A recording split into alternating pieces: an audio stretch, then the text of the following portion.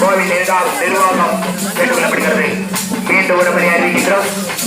சரியாக 5 மணி அளவில் தான் அர்ச்சனை செய்து இருப்பதற்கு நல்ல நேரம் இருக்கின்ற காரணத்தினால் பக்தர் கோடிகள் 5 மணிக்கு கோவிலுக்கு வந்தால் போதுமான நேரம் என்பது கோயில் நிர்வாகம் கேட்டுக்கொள்ளப்படுகிறது.